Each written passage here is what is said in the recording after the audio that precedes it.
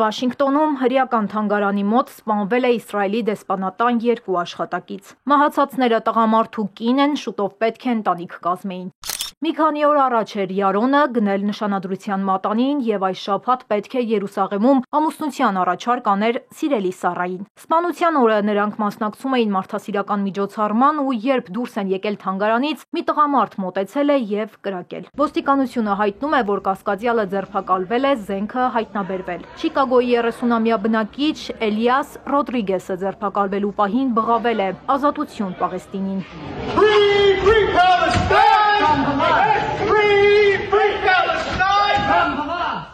Իրավապահ մարմինները հետաքննում են միջադեպը որպես հնարավոր հակասեմիտական հարձակում։ ՄԱԿ-ում Իսրայելի դեսպանը սպանություններն անվանել է ահաբեկչություն։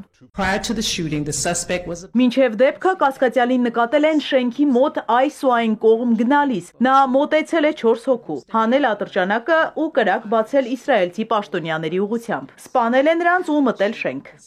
Around 9:07 we heard gunshots. Մենք լսեցինք կրակոցի ձայներ, հետո մի տղամարդ ներս վազեց շատ հուսահատ, շփոթված։ Մտածեցինք գուցե իրեն վատ է զգում։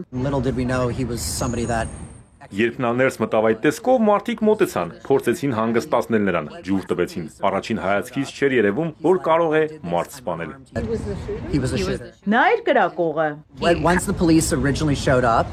he's like, I did this, I'm unarmed. He pulls out a red keffiyeh and he's like Այո, նա է հրաձիգը։ Երբ ոստիկանները եկան, նա ասաց. «Այո, ես եմ կրակել, ես եմ դա արել, ես ազնիվ եմ»։ Նա կարմիր թաշկինակ հանեց ու ասաց, որ դա արել է հանուն Գազայի։